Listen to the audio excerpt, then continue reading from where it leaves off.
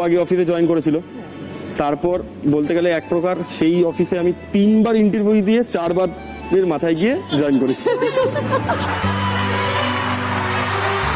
আলাপ কিভাবে? আলাপ আমাদের হয়েছিল স্কুলে। আমার মধ্যে আমাদের একটা ছিল যে ক্লাসে যাব, একটা সবচেয়ে সুন্দর যে মেয়েটা দেখতে একটু খুঁজবো আর কি, এরকম একটা ব্যাপার ছিল।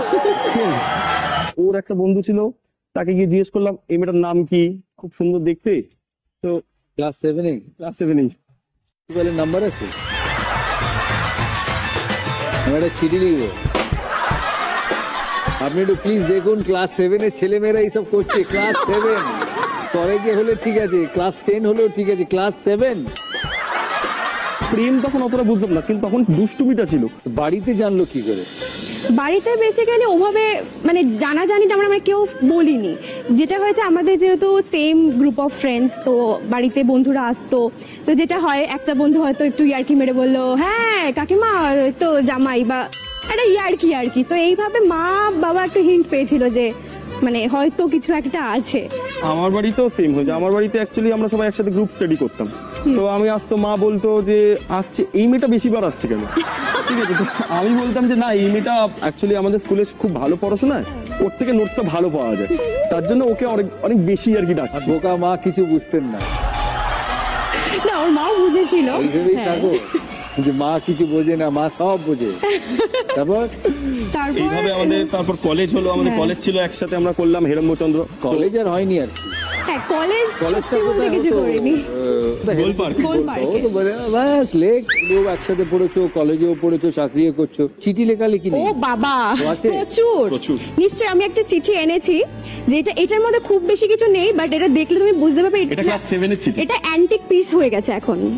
তো এটা হচ্ছে সেই চিঠি। ক্লাস 7 এর চিঠি। এর মধ্যে শুধু আঁকিবুকি রয়েছে। এটা ক্লাস 7 এ পড়ছো, কেউ দেখবে না। এ থেকে এরকম, এটা একটা স্যাম্পল, মানে এটা পুরনো হয়ে গেছে বলে আমি আজকে নিয়ে এলাম। এছাড়া প্রচুর চিঠি লিখেছে যেগুলো আমার কাছে রয়েছে, আমি যত্ন করে রেখে দিয়েছি। আমি কি পড়ে শোনাতে পারি? হ্যাঁ। এখানেও লিখেছে, I really love Antara, I have never change so much for any other girl, she is my last and final love. Class 7 এ? হ্যাঁ।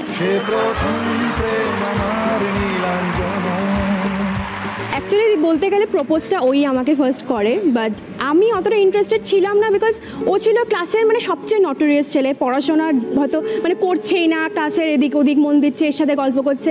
আর আমি ছিলাম শান্ত শিষ্ট, মানে পড়তে এসেছি, স্কুলে এসেছি, তো পড়াশোনাটাই করতে হবে। তো একটা টাইমে এমন এলো যে আমি ওকে অনেকবার রিজেক্ট করে দিয়েছি, ওকে পাত্তা দিতাম না।